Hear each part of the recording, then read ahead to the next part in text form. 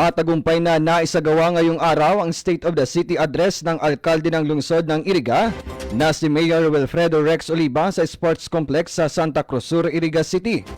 Naroon sa naturang programa ang sangguniang panglungsod at si Vice Mayor Edsel Dimaywat at mga empleyado ng lokal na gobyerno ng lungsod, maging ang iba't ibang ahensya at organisasyon upang suportahan ang soka ng alkalde ng lungsod.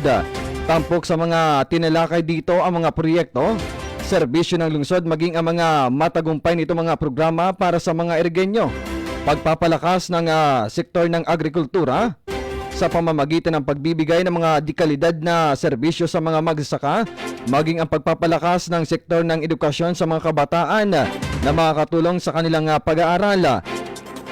Tulad na lamang na pagkakaroon ng educational assistance, pagbibigay ng mga school supplies, pagpapatibay at pagpapalawak ng mga paaralan at pagpapaayos ng mga classrooms.